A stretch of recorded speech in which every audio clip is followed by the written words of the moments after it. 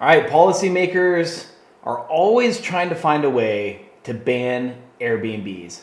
They're trying to blame the housing crisis completely on vacation rentals. So if you have a vacation rental in Arizona, you probably heard about this talk all the time, but I'm gonna dive into some real data.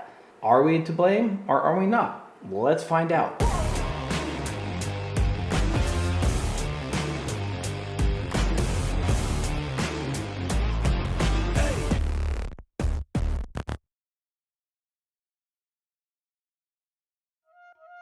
All right, let's jump into it. Now, we all know it always comes down to the money. I've been doing this for a long time and advocating for a long time.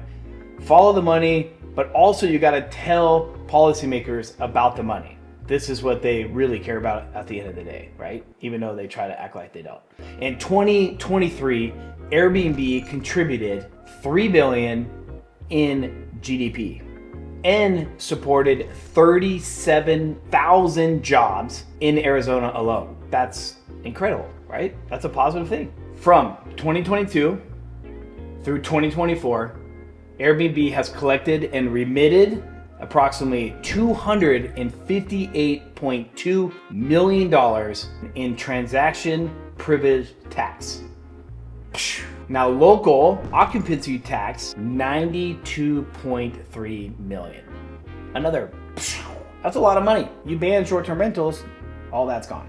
So I share all that with you because Airbnb gets blamed for sex trafficking, drugs, the housing crisis. So now I'm going to break down what the housing units are used for in Arizona. 173,000 are seasonal or recreational use only. That makes up 6%. 172,000 are vacant, sitting completely empty year after year. That makes up 5%. 45,000 are short-term rentals. That's only 1.4% of homes in Arizona. When I see a stat like that, I'm like, okay, that's wild. Don't you think one of the major political lawmakers, whoever is fighting short-term rentals, don't you think they should really focus on these vacant houses and try to do whatever they can to get these houses up to code and rented, short-term or long-term, whatever it is? Now, Sedona is one of the loudest cities in Arizona. I'm not going to say his name, but the mayor there has a personal vendetta against Airbnb. He never wants to listen to his voters in his city. He just rants on and on about how much he hates Airbnb. So Sedona has 4,000 to 5,000 housing units in the city. 760 are those seasonal or recreational use. So that's 19%.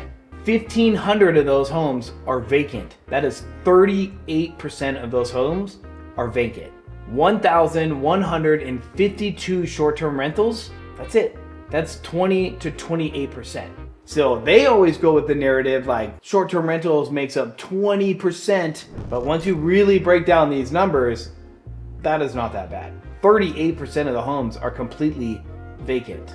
Now, we all know there's options. You can stay in a hotel, Airbnb, but not everybody wants to stay in a hotel. Airbnb is a great way to accommodate all these travelers in Arizona that want to go and travel all over Arizona. Medical reasons, hiking, exploring, beat the heat, go to the snow, whatever the reason is. But not everybody wants to stay in a hotel.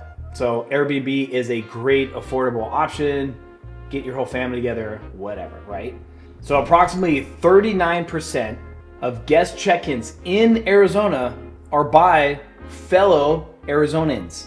That's insane. Now, this is straight from the data of Airbnb internal guest surveys from 2023 to 2024. So 43% of people that booked on Airbnb in Arizona are here for vacation. 24% are here to visit family and friends.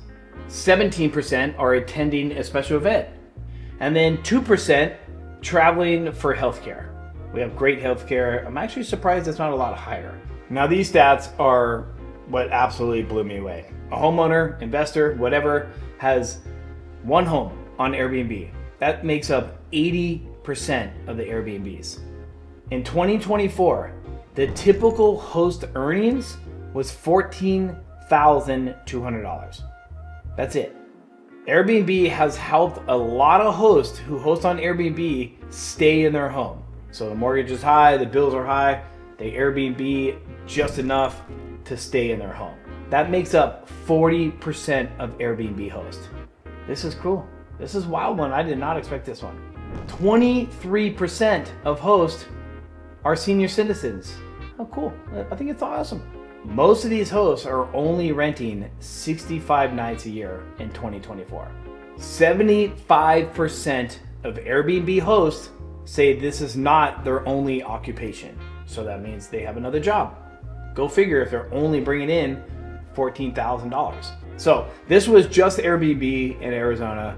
I'm sure you can go and Google. There is a million news articles that Airbnb is to blame for everything in Arizona for the most part. So what's more important is regulations and education, right? So I would recommend in Arizona you do joinazrt.org.